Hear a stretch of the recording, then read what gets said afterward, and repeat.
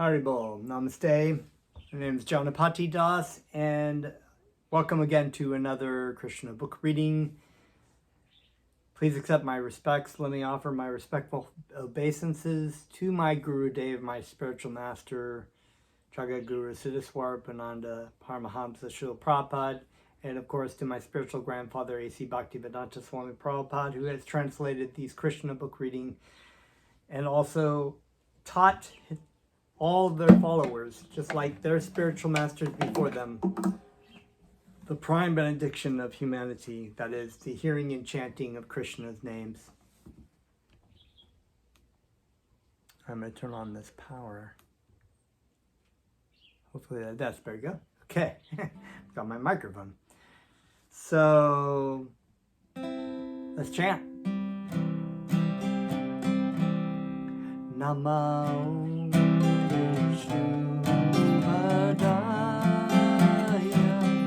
Krishna Prastaya Mate Swarupananda Pamam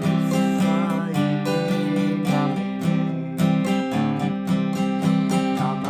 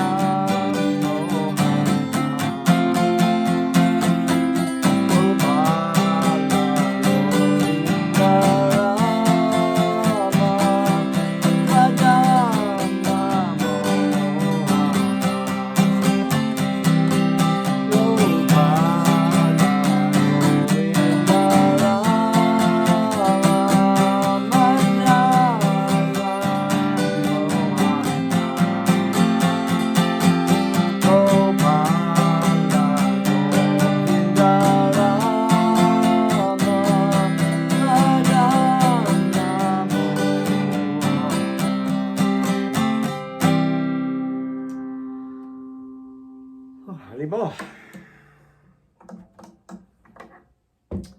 So it's a warm June summer day here in Hawaii, and we had a special celebration yesterday of the appearance day of, which was what we refer to as a person's birthday, our spiritual master's birthday, or Krishna, or an incarnation of Krishna as an appearance, because the appearance is the appearance of the spirit soul,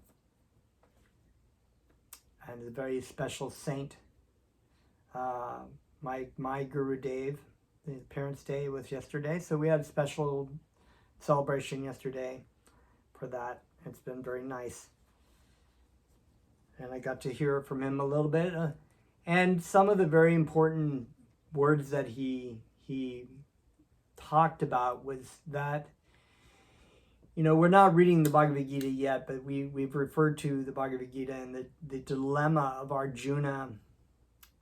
And Arjuna was, of course, wanting to do things his way, which is a dilemma that we find ourselves as living entities, that we want to take our route, our way, not God's way, but our way, because we feel like somehow our way is better.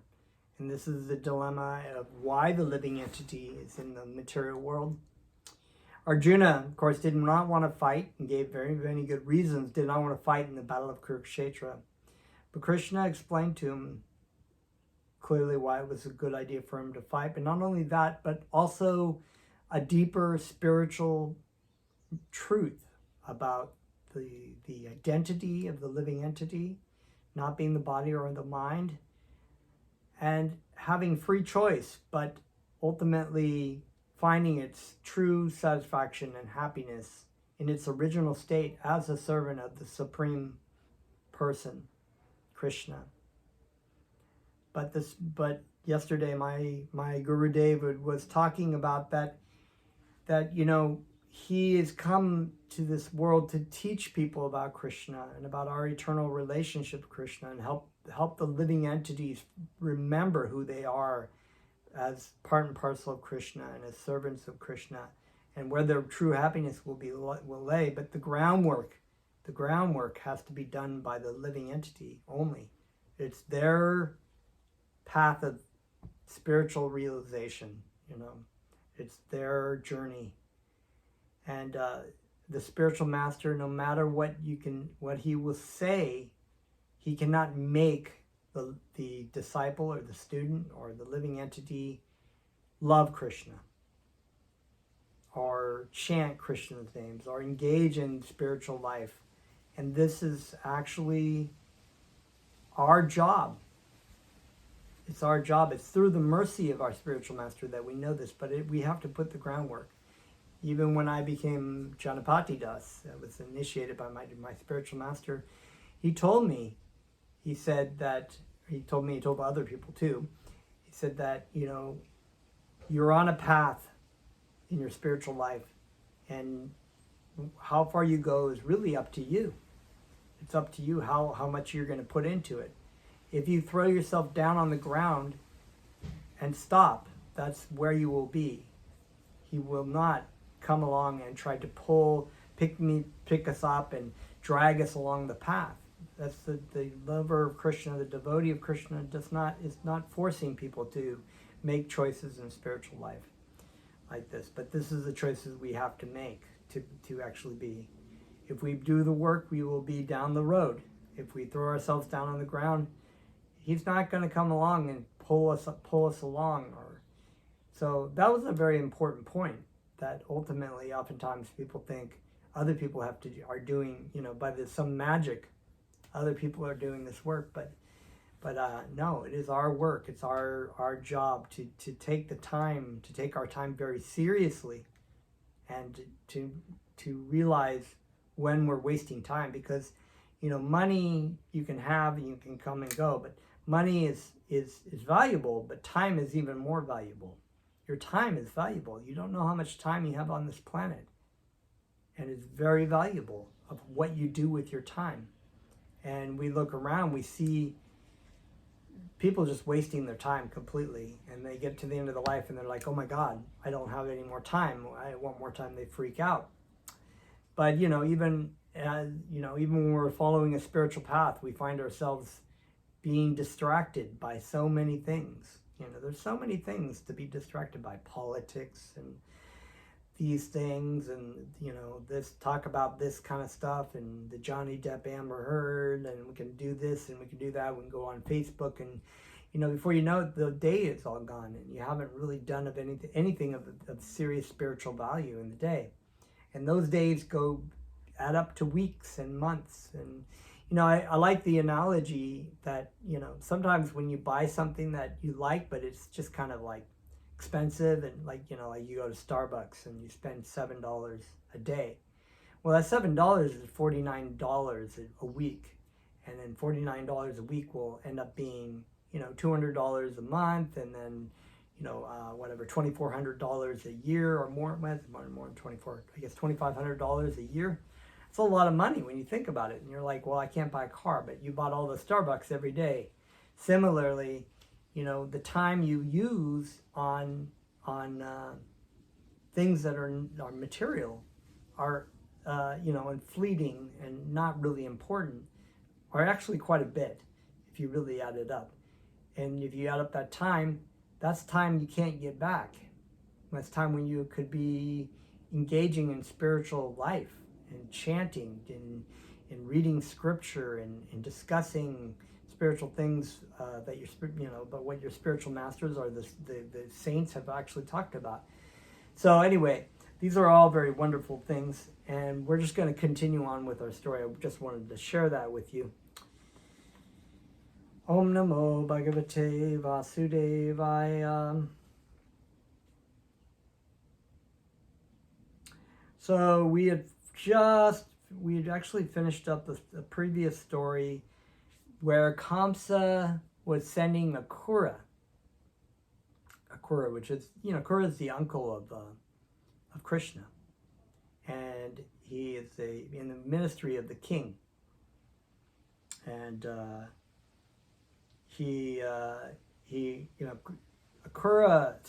Kamsa found out through Narada, because Narada wanted to expedite the pastimes of Krishna. Let's get this thing going, and he goes and he tells Kamsa about all the things about how Krishna was hidden, and that the sons and daughter were switched, and all this story.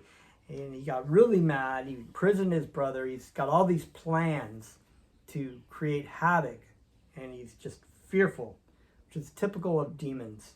Atheists are really fearful. I love,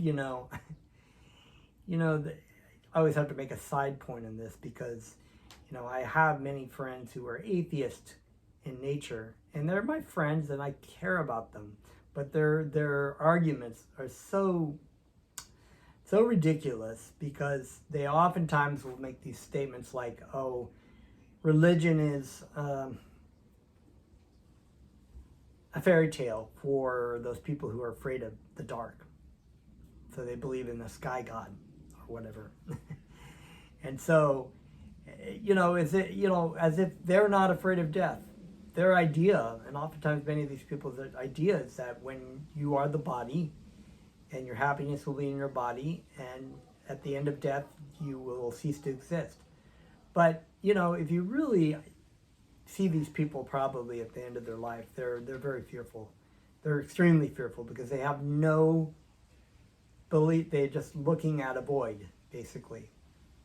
And because they are not a void, and because they are not their body, that doesn't sit right with them. They know deep, deep, deep down, they know that they will continue.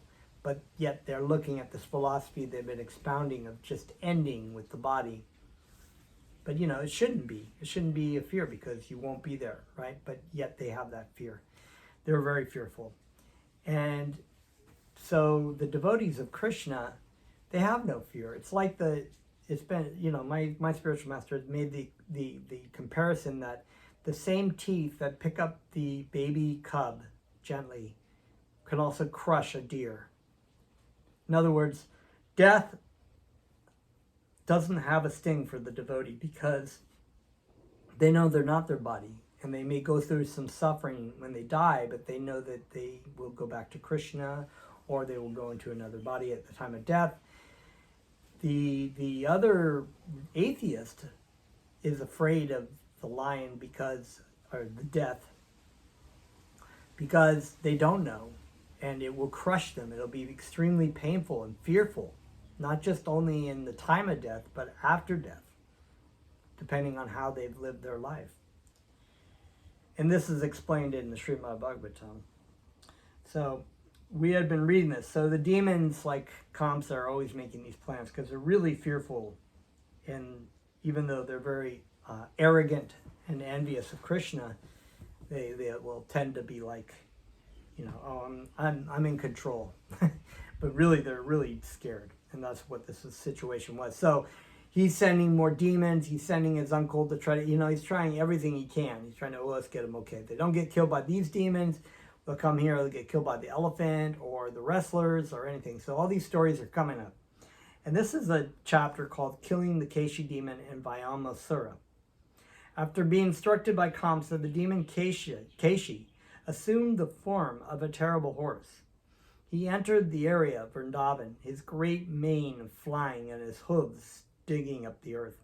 He began to whinny and terrify the whole world. Krishna saw that the demon was terrifying all the residents of Vrindavan with his whinnying and his tail wheeling in the sky like a big cloud. Krishna could understand that the horse was challenging him to a fight. The Lord accepted his challenge and stood before the Kesi demon. As he called them to fight, the horse began to proceed toward Krishna, making a horrible sound like a roaring lion.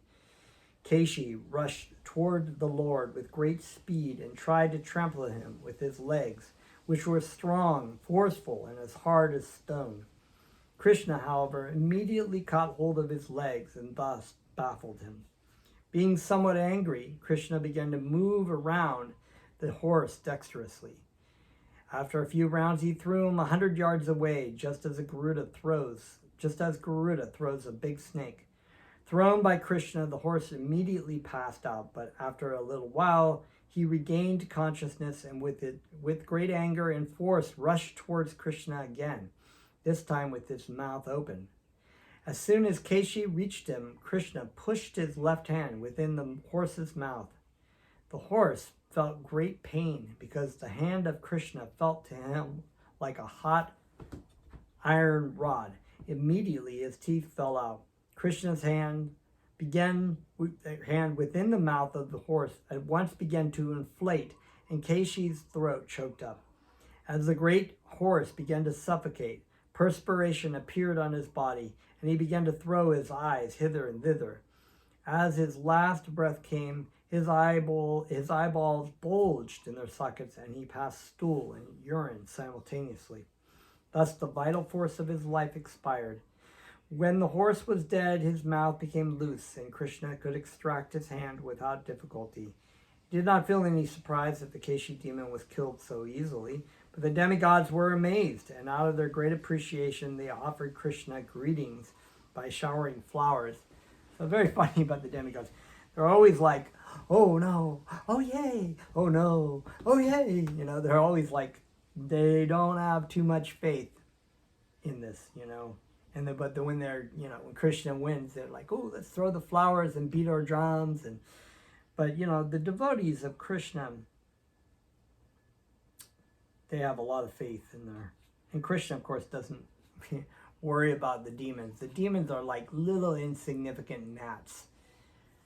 They're very, very powerful mystic powers and demon powers, and they cause demigods great pain. But that to the Supreme Lord, it's not difficult to kill demons. He does it out of his great mercy, actually, and out of his mercy for his devotees, but also out of the mercy for the living entities who are demoniac. After this incident, Narada Muni, the greatest of all devotees, came to see Krishna in a solitary place and began to talk with him. My dear Lord Krishna, he said, you are the unlimited supersoul, the supreme controller of all mystic powers, the Lord of the whole universe, the all-pervading personality of Godhead. You are the resting place of the cosmic manifestation, the master of all the devotees, and the Lord of everyone. My dear Lord, as the super soul of all living entities, you remain concealed within their hearts, exactly as fire remains concealed in every piece of fuel. You are the witness of all the activities of the living entities, and you are the supreme controller within their hearts. You are self-sufficient. Before the creation, you existed, and by your energy, you have created the whole material universe. According to your perfect plan, this material world is created by the interaction of the modes of nature, and by you they are maintained and annihilated. So this is a very important point between a demon and Krishna. Demons always have plans to try to overcome things or try to be the supreme Lord, but they're always baffled by Krishna or Krishna's devotees. But Krishna has plans. His plans are supreme. His plans are transcendental, and they support the whole, as it says here, it supports the whole universe, all the universes, just by indirectly, Krishna's energies are inconceivable. That's all you can say about them. They are inconceivable. Although you are unaffected by all these activities, you are the supreme controller eternally. My dear Lord, you have invented yourself on the surface of this world just to kill all the so-called kings who are actually demons. These hobgoblins are cheating people in the dress of the princely order. You have invented yourself to fulfill your own statement that you come within this material world just to protect the principles of religion and annihilate unwanted miscreants. So even when Krishna is not present on the planet, his devotees are present on the planet, and they are the representatives, and they cannot be thwarted. Lord Chaitanya's mission cannot be thwarted. So the demons and the miscreants, although they are increasing, we work even harder to bring about Lord Chaitanya's mission in the hearts of these people who are acting so demoniacally and forgetful of their, it's demoniac, and it causes so much pain and suffering to themselves and to others because of the ignorance. This world is a nescience, a world of ocean of nescience, of darkness. And only darkness can be thrown out by light, and the light is Krishna and Lord Chaitanya. My dear Lord, I am therefore sure that the day after tomorrow I shall see demons like Chanura, Mushtika, and the other wrestlers and elephants, as well as Kamsa himself, killed by you. And I shall see this with my own eyes. After this, I hope I shall be able to see the killings of other demons like Shanka, Yavana, Mura, and Narakasura. I shall also see how you take away the Parijata flower from the kingdom of heaven, and how you defeat the king of heaven himself, Lord Indra. So Narada Muni actually has a vision to be able to see things. So he already knows. This is sort of foreshadowing what's going to happen. My dear Lord, Narada Muni continued, I shall then be able to see how you marry princesses, the daughters of chivalrous kings, by paying the price of Kshatriya strength. Whenever a Kshatriya wants to marry a very beautiful and qualified princess of a great king, he must fight his competitors and emerge victorious. Then he is given the hand of the princess in charity.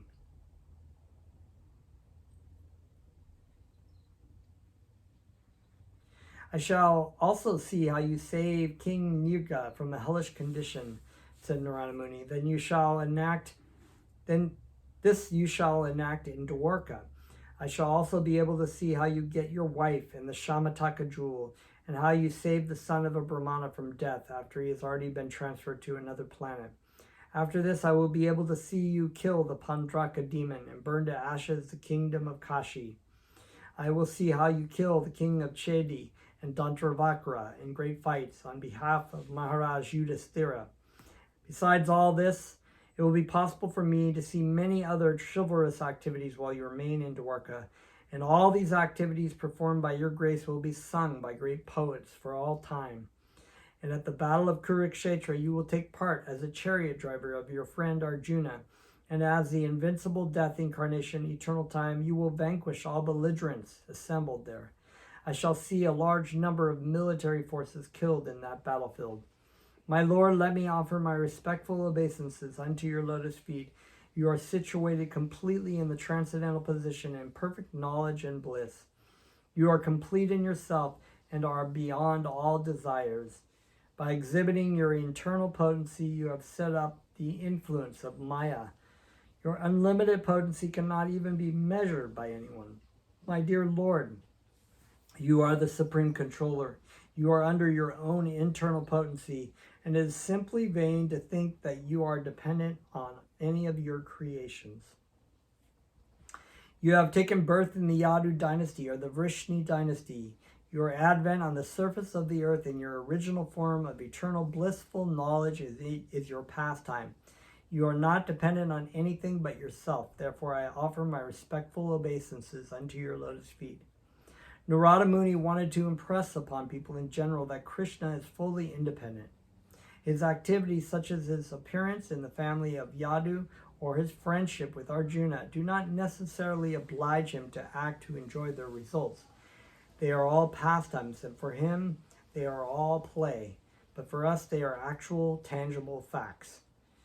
And after offering his respectful obeisances to Lord Krishna, Narada Muni took permission and left. After he had killed the Kesi demon, Krishna returned to tending the cows with his friends in the forest as though nothing had happened. Thus, Krishna is eternally engaged in his transcendental activities in Vrindavan with his friends, the cowherd boys and gopis. But sometimes he exhibits extraordinary prowess of the Supreme Personality of Godhead by killing different types of demons. Later that morning, Krishna went to play with his cowherd boy friends on top of the Govardhan hill. They were imitating the play of thieves and police. Some of the boys became police constables, and some became thieves. Some took on the role of lambs. While they were doing this, enjoying their childhood pastimes, a demon known by the name of Vyomasura, the demon who flies in the sky, appeared on the scene. He was the son of another great demon named Maya. These demons can perform wonderful magic. Vyomasura took the part of a cowherd boy playing as thief and stole many boys who were playing the parts of lambs. One after another, he took away almost all the boys and put them in the caves of the mountain and sealed the mouths of the caves with stone. Krishna could understand the trick the demon was playing, therefore he caught hold of him, exactly as a lion catches hold of a lamb. The demon tried to expand himself like a hill to escape arrest, but Krishna did not allow him to get out of his clutches. He was immediately thrown on the ground with great force and killed, just as an animal is killed in the slaughterhouse. After killing the Vyama demon, Lord Krishna released all his friends from the caves of the mountain. He was then praised by his friends and by the demigods for these wonderful acts. He again returned to Vrindavan with his cows and friends. Thus ends the Bhaktivedanta purport of the 36th chapter of Krishna, killing the Kesi demon in Vyomasura. So we will continue on. We got 29 minutes. Let's see. I'm going to start a little bit into this next chapter, actually. Chapter 37, Akura's arrival in Vrindavan. Very exciting. Narada Muni did not mention Krishna's killing Vyomasura, which means that he was killed on the same day as the Kesi demon. The Kesi demon was killed in the early morning, and after the boys went to tend the cows on Govardhan Hill. And it was there that Vyomasura was killed. Both demons were killed in the morning. Akura was requested by Kamsa to arrive in Vrindavan by evening. After receiving instructions from Kamsa, Akura started the next morning via chariot for Vrindavan. Because Akura himself was a great devotee of the Lord, while going to Vrindavan, he began to praise the Lord. Devotees are always absorbed in thoughts of Krishna, and Akura was constantly thinking of Lord Krishna's lotus eyes. He did not know what sort of pious activities he must have done to gain an opportunity to go see Lord Krishna. Akura thought that if Krishna willed, he would be able to see him. Akura considered himself most fortunate that he was going to see Krishna, whom great mystic yogis desire to see. He was confident on that day of all the sinful reactions of his past life would be finished, and his fortunate human form of life would be successful. Akura also considered that he was very much favored by Kamsa, who was sending him to bring back Krishna and Balaram, and thus enabling him to see the Lord.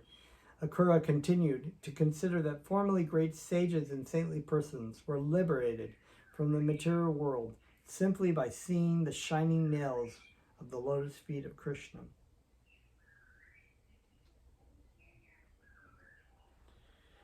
That supreme personality of Godhead has now come just like an ordinary human being, and it is my great fortune to be able to see him face to face, Akura thought.